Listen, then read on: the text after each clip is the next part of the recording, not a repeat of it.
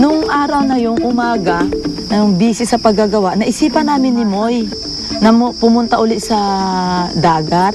Kasi manghuhuli nga kami ng mga alimasag, tapos mga shell. Kasi nga po, wala kaming makakain kasi wala pa rin bigas, wala talaga, tubig lang po talaga ng tubig. Eh, simple yung iba gutom na, nanghihina na. Hindi, wala dyan, hindi kami dyan, doon kami sa dagat. O kaya ito mga ito ay magsilabas. Saan ang bawal? Ay, lechika, nangangagat. Nakaganon yung kamay niya, dito mo hawakan. Nakaganyan sila, tapos pagka parang nararamdaman din nila kasi nahuhuli mo sila. Talagang kasi nakastedi lang silang ganyan eh, oh. Tapos dinakot mo lang? Oo. Ayun, yun yung iwasan natin. Wala na. Kasi ka mamaya kasaya. Wala na. Yun yung natin, yung iwasan natin. Parang lumalakas ang agos ng tubig. At today, Moy fished crabs at shrimps, but since she's the one who got it, I felt bad getting from her, so I didn't. So my last meal was isang pandesal kahapon.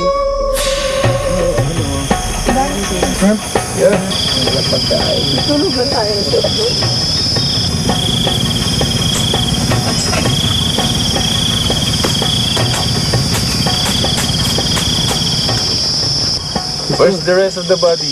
Pero I think this one is this one.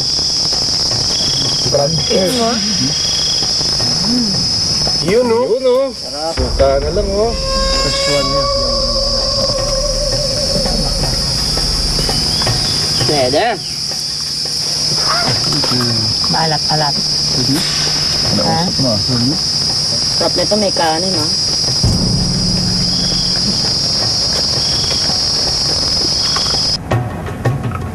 Ano nahuli ka, Maikan? Pwede, O, pwede rin po niya. Pwede. Magiging yung ginawa ko ng Victoria na. Sunugin kayo pala niyo. Napatay tayo dyan.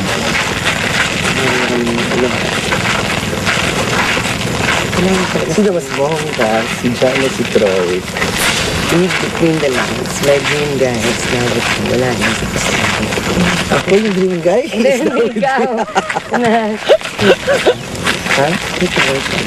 Alam mo kasi, hindi mo papaka-impokrito. Talaga namang pag nandiyan yung ex mo, tapos yung girlfriend.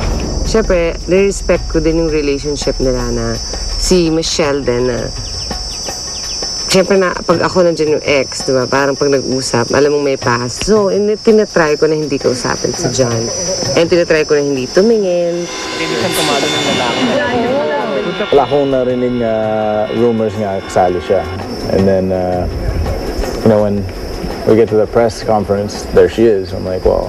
So for me, I was thinking, I mean, what is she here for? Is she here to try and win, to try and play, or is she here just for exposure and wasting another spot that somebody else could use? Di ba excellent si Michelle? I was like asking him kahapon, sabi niya, just dating. Ngayon lumalayo. Kasi, yun, I'm the ex, so okay lang. Alam mo yun, wala na ako sa eksena, so wag na lang ako, Pero pag kinausap ako ni John, yeah, kausapin ko siya, and then si Michelle, nag-uusap kami pag kaming dalawa lang. She could try play the flirt card, and parang she might say, okay, let's have an alliance because we were together before, we know each other, and then maybe in the end of the game, parang she'll pull the carpet out from underneath me, and vote me out. On your end. On my end, I don't know. I don't trust her.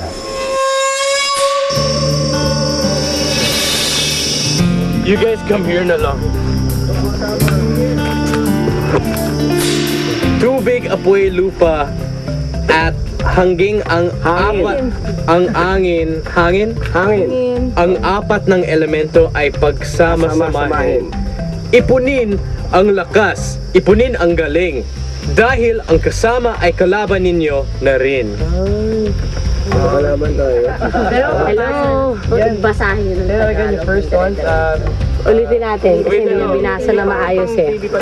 Tubig, apoy, lupa at hangin. Ang apat na elemento ay pagsama-samahin. Ipunin ng lakas, ipunin ng galing, dahil ang kasama ay kalaban ninyo na rin. Oh. Diba kasi celebrity showdown? Ano gagawin natin? Wala, mag-aaway-aaway lang daw tayo sa kita. Survivors, lapit!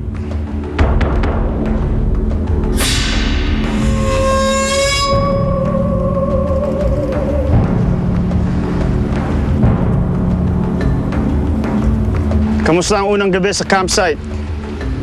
Nakatulog ba kayo? Hindi po. Umuulan. Nakakain na ba kayo?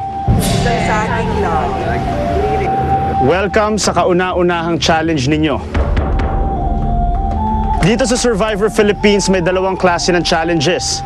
Ang una, ang reward challenge, kung saan ang pinaglalabanan ninyo ay mga bagay na maaaring magpadali ng buhay ninyo dito sa isla.